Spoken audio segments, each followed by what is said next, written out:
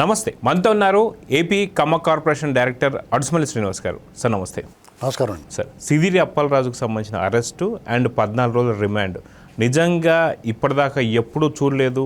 ఒక డాక్టర్గాను, ఒక మత్స్యకారుడిగా ఇలాంటి కేసులు పెడతారా, ఇలా రిమాండ్లు వేస్తారని చెప్పి వైసీపీ నేతలు మాట్లాడుతున్నారు.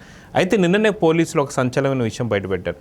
వాస్తవానికి దానయ్యని గుద్దిన వెంటనే హాస్పిటల్ తీసుకెళ్ళి ఉంటే బ్రతికేవాడు, కానీ బ్రతికితే చంపింది అక్కడ సిదిరి అప్పలరాజు కొడుకు అని చెప్పి చెప్తాడనే అక్కడ వదిలేసి వెళ్ళిపోయారని చెప్పేసి అంటున్నారు. ఏంటి ఇంత మానవత్వం లేకుండా ఉన్న వాళ్ళు జగన్మోహన్ రెడ్డి మానవత్వం గురించి మాట్లాడడాన్ని ఎలా చూడాలి సార్? సిదిరి అప్పలరాజు కొడుకు 18 ఏళ్ల పిల్లోడు.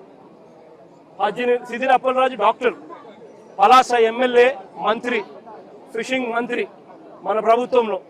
సిదిరి అప్పలరాజు కొడుకు 18 ఏళ్ల పిల్లోడు. బైకు తోలుతా ఉండి కర్మవశాత్తు బైకు తోలుతా ఉండి ఎవరిలో గుద్ది బైకు తోలుతా ఉండి ఒక మనిషి చనిపోయాడు.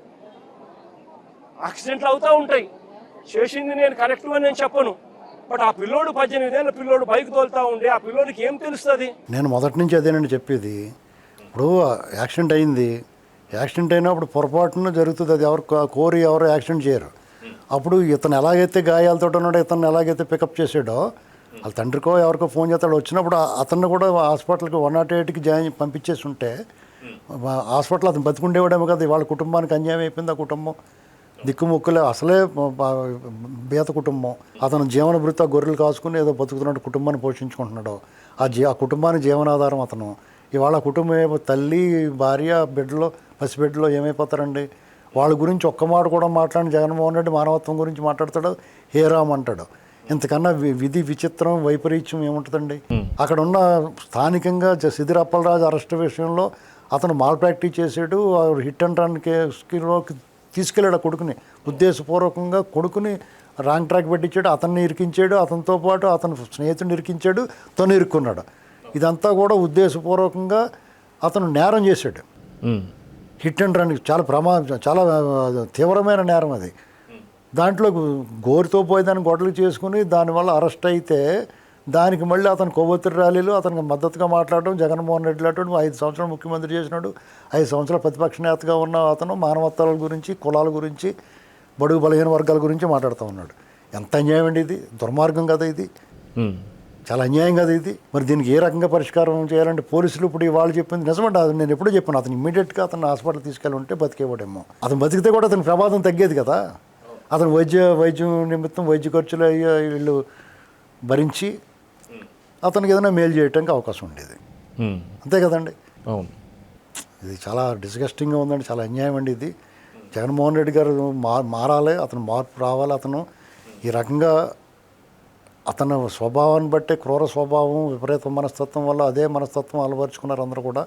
అతనిలో మార్పు ఉండి అతను పద్ధతిగా ఉంటే మిగతా వాళ్ళు కూడా వాళ్ళు అలాంటి బుద్ధులు ఉన్నా మారుతారు. సిదిరి అప్పలరాజు గారు వాళ్ళ కుటుంబంగానే మాట్లాడి మాటలు చూస్తుంటే అతనికి ఏదో అన్యాయం జరిగినట్టు మాట్లాడుతుంటే ఆ కుటుంబం గురించి ఒక్కళ్ళు మాట్లాడకపోవడం చాలా దురదృష్టకరం అండి ఇది. సార్, మానవత్వానికి వెన్నుపోటు పుడుస్తూ అక్కడ చంపి గుద్దిందే కాకుండా దాని తర్వాత డబ్బులు ₹1,00,000 ఇచ్చి వాళ్ళ ఆవిడ్ని పనిలోకి రమ్మని చెప్పేసి అన్నాను. ₹1,00,000 సాయి చేస్తామని వచ్చారు. ₹1,00,000 ఇస్తాము, మా ఇంట్లో పనిగా ఒక మనిషి అమౌంట్ వచ్చి సోలారా అంటే నా కొడుకు చంపేసి ₹1,00,000 ఇస్తాము, నేను ₹1,00,000 ఇంట్లో పెట్టుకుని నా కోడల చేత నీ ఇంట్లో పని చేయించాలా? ఇవన్నీ పెద్దలకు మదేనే.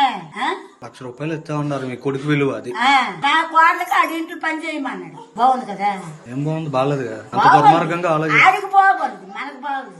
ఇంత పేదోళ్ళు, ఇంత కూలోళ్ళు మన వెనక తిరుగుతారు కదా, ఓట్లు వేస్తారు కదా, అది ఇది అనేసి చెప్తాం కదా. వాళ్ళకి అంత నిర్దాక్షం చేయమని చేసినది. అది మరి వాళ్ళ పట్ల ఎంత చులకన భావం ఉందో అర్థమవుతుందండి. అంటే మనుషుల ప్రాణాలు కానీ, పేదవారి పట్ల వాళ్ళ వైఖరి కానీ, వాళ్ళ చులకన భావం కానీ, వాళ్ళ నిర్లక్ష్యం కానీ గమనిస్తుంటే వాళ్ళకి రాజకీయాల్లో అసలు వాళ్ళు ఎట్టి పరిస్థితులు రాజకీయాల్లో ఉండకూడదండి. వాళ్ళకి మద్దతు ఇచ్చిన వాళ్ళు కూడా పునరాలోచించుకోవాలి ఒకసారి. ఎందుకంటే డబ్బులు ఇచ్చి మద్దతు ఇవ్వమని డబ్బుల కోసం తిరిగిన వాళ్ళు కూడా ఇటువంటి సొమ్ము ఆశించకూడదండి. కానీ ధర్మాన ప్రసాదరావు గారు లాంటి వాళ్ళు కూడా వాళ్ళ వ్యాఖ్యలు వెనక్కి తీసుకోవాలి. సో ఓవరాల్గా చూసుకుంటే ఈ ఇన్సిడెంట్ వల్ల వైసీపీ ప్రజలకు ఏం చెప్పాలనుకుందంటే?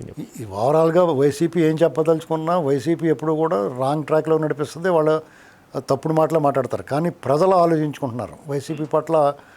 వాళ్ళ వైఖరి వీళ్ళలో ఏ మార్పు రాలేదు, వీళ్ళు మళ్ళీ రాజకీయంగా వీళ్ళ ఆనవాళ్ళు కూడా లేకుండా చేయాలనేటువంటి ఆలోచన ప్రజలకు వచ్చి ఉంటుంది. సో చూద్దాం సార్, ఖచ్చితంగా దీనివల్ల సార్ ప్రజలు వైసీపీ ఏంటి అనేది తెలుసుకున్నారు. సో చూద్దాం సార్ ఏం జరగబోతుంది. నమస్తే.